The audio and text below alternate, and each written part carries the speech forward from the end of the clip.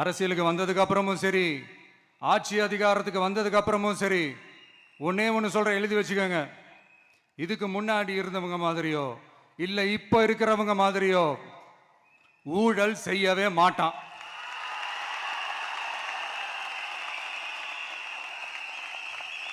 ஒரு பைசா தொட மாட்டான். எனக்கு அது அவசியமே இல்லை. புரியுதுங்களா உங்களுக்கு? எனக்கு அதை தொட வேண்டிய அவசியமே இல்லை.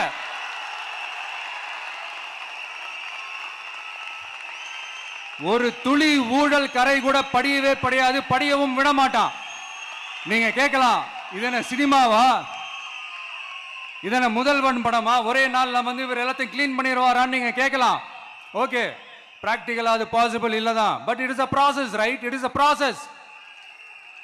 இப்படி எதுக்குமே ஆசைப்படாத ஒருத்தன் அரசியலுக்கு வரான் அப்படின்னா, அவன் கண்ணு முன்னாடி ஏதாவது ஒரு தப்பு நடக்குது அப்படின்னா, அவன் கண்ணு முன்னாடி ஏதாவது இந்த மாதிரி ஒரு ஊழல் நடக்குது அப்படின்னா, அதை பார்த்துக்கிட்டு அவன் சும்மா இருப்பான்னு நினைக்கிறீங்க?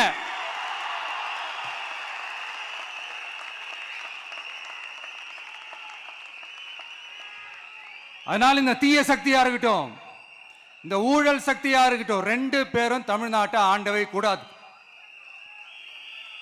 அப்படிப்பட்ட இந்த கட்சிகளை உண்மையா தில்லா எதிர்க்கிற அந்த கட்ஸும் கெத்தும் நம்ம கிட்ட மட்டும்தான் இருக்கு.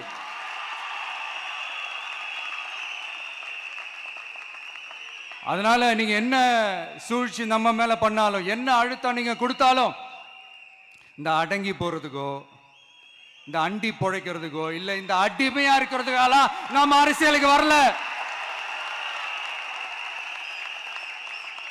என் மண்ணுக்கும் மக்களுக்கும் யார் என்ன தீங்கு செஞ்சாலும் அதை எதிர்த்து அவங்க கிட்ட இருந்து நம்ம மக்களை பாதுகாக்கிறதுக்காக தான் நம்ம அரசியலுக்கே வந்திருக்கிறோம்.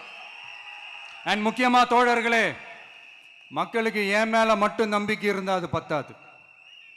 என் கூட டிராவல் பண்ற என்னோட எல்லா தோழர்கள்கிட்ட அந்த நம்பிக்கை வரணும்.